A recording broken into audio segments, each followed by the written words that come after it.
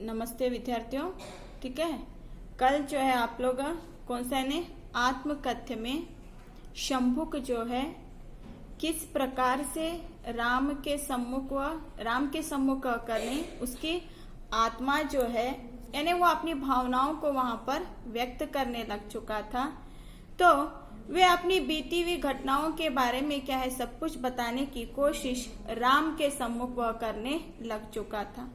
तो इसलिए वह कहने लगा कि निज हृदय का सत्य तुमसे खोलता हूँ राम, फिर अब नहीं है मृत्यु भय सच बोलता हूँ राम। तो शंभु कहने लगा कि क्या है ने मैं निज हृदय का सत्य तुम्हें कहता हूँ। मेरे मन में जो सत्य की भावनाएं थी जो दबकर बैठ चुकी थी, मैं तुम्हें उनके सामने क्या है आज खोलने की कोशिश कर रहा हूँ। अब मुझे मृत्यु की भय नहीं है राम, बिना मुझको दिए अवसर बिना समझे बात वध किया मुझको यही सबसे बड़ा आघात। तो कहने लगा कि कहने बिना सोचे समझे ही आपने क्या है मेरे ऊपर प्रहार कर चुके हो। सबसे बड़ी आघात मुझे वही बात है, क्योंकि इसमें राम की भी गलती नहीं है, क्योंकि राम को जो है प्रजा उकसाने के कारण ही उन्होंने जो है शंभु का वध करने के लिए दंड कारण वन में क्या है निकल पड़े थे। तो तब उन्होंने क्या उसकी हत्या करा दी थी। लेकिन शंभु का कहना है कि बिना सोचे समझे ही तुमने जो है मेरे ऊपर जो वध किया वही सबसे मुझे क्या बड़ा आघात पहुंच चुका है। भक्त बनकर मैं न ले पाया तुम्हारी ओंठ, खड्ग तन पर ही लगा मन पर लगी यह चोट। तो मैं भी औरों के भांति तुम्हारा भक्त बनना चाहता था, भक्त बनकर तुम्हारी छत्र छाया में मैं क्या है रहना चाहता, तुम्हारी ओट में यानी तुम्हारे इर्द गिर्द में रहना चाहता था। लेकिन तुमने मुझी पर ही क्या खड्ग का प्रहार कर दिया, मन पर बहुत चोट लगी, क्योंकि मैंने जो है औरों के मुख से सुन चुका था कि राम जो है दयालु है, दया कृपा निधान है, सभी पर दया की दृष्टि डालने वाले राम जो है बिना सोचे समझे ही क्या है मुझ पर उन्होंने प्रहार किया।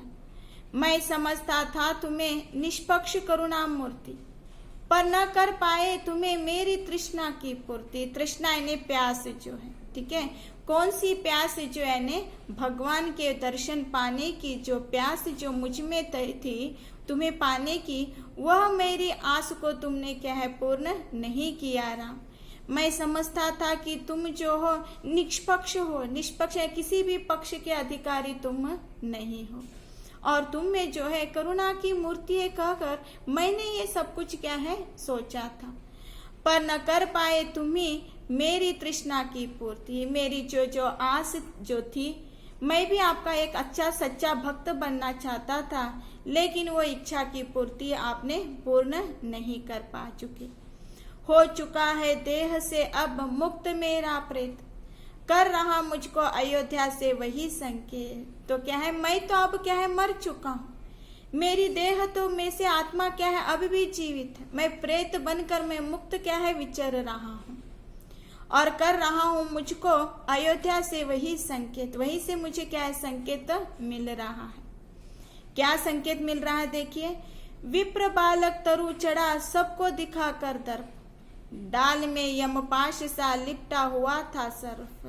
फिर क्या हो गया है ने, जिस प्रकार से हम लोग अगेन क्या है जो पिछली कक्षा में जाएंगे, पिछले जब पहले जो हम लोग चर्चा कर चुके थे कि किस प्रकार से उस एक ब्राह्मण के बेटे की क्या मृत्यु हो चुकी थी, काल सर्प ने उसे क्या ढस लिया था जिसके कारण उसकी मृत्यु हो चुकी कहकर बताया गया था। और वही उल्लेख मिल चुका था कि जैसे उस जो तपस्या व्यक्ति कर रहा है अगर उसे क्या है राम जो मार दिया जाए तो वही विप्र का सूत जो है फिर से जीवित हो सकेगा। तो मैंने देखा कि विप्र बालक तरु पर चढ़ा हुआ नजर आए, सबको दिखाकर दर्प यानी अहंकार, ईगो जो कहते हैं, डाल में यमपाश सा लिपटा हुआ था यह सर्प, डस गया सहसा उसे वह जीव ही चुपचाप यों अचेत गिरा, लगा जैसे किसी का शाप। वो कहने लगा कि मेरे कारण उस बालक की मृत्यु नहीं हो चुकी है, डस गया वह सांप जो है, यमपाश संयम मैंने काल जो कहते हैं, काल की इसको गति को कोई भी क्या है रोक नहीं सकता, लेकिन दोष जो है मुझ पर आ गया है राम। डस गया वह काल आकर, वह जीव से ही चुपचाप वह अचेत गिर पड़ा। वह बालक जो है उसे सांप काट दिया था, जिससे क्या वह अचेत अवस्था में गिर चुका था।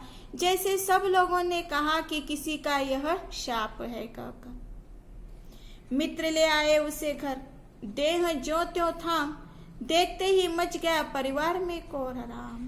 तो जैसे ही उस विप्र की के बेटे की मृत्यु हो चुकी थी, सभी उस बच्चे को क्या उठाकर घर लेकर आए परिजनों के सामने, और उसकी देह को देखने के लिए लोगों की भीड़ वहां पर क्या है जमा हो गई, और परिवार में क्या है कोहराम क्या है वहां पर मचने लगा, हाहाकार मच जाना, कोहराम कर देने, रोने धोने की आवाज बनते हुए जा। दिन में क्या होने लगा है ने, ये रोने की आवाज गूंज गूंज तक क्या है फैलने लगी। विष लगा चढ़ने लगी, कुछ स्याह पड़ने दे, पिता को भी हो गया विष दंश का संदेह। तो उस बालक को जो है सांप काट दिया था, जिससे सांप का जो विष है पूरे शरीर में क्या है वह फैल चुका था। धीरे धीरे वह विष का संचार उसके शरीर के सभी अंगों में फैलने लगी उस स्याह पड़ने देह, नीला पड़ चुका उसका देह, पूरी तरह से काला पड़ चुका था, क्योंकि विष का संचार जो है पूरे उसके शरीर में हो चुका था। और पिता को हो गया, इसे किसी ने विष दंश का संदेश, विष दंश ने किसी सांप ने इसे क्या है काट दिया है, पिता को संदेह हो चुका था।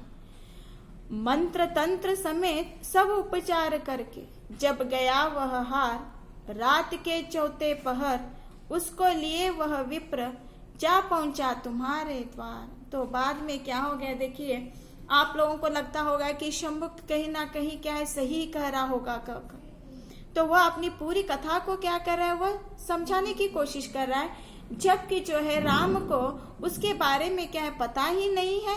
सडन से उन्होंने क्या कर दिया, उसे शंभु कर प्रहार कर दिया।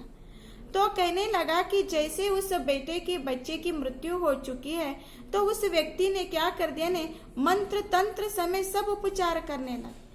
मंत्र तंत्र यानी उपचार करना, छू मंत्र जो कहा जाता है, साधु संतों के पास उसे लिया जाता है, जड़ी बूटी का क्या है उपचार किया जाता है, लेकिन सब कुछ क्या हो गया वहां पर व्यर्थ हो गया। तब तक कितने हो गए ने, रात के चौथे पहर बीत चुका।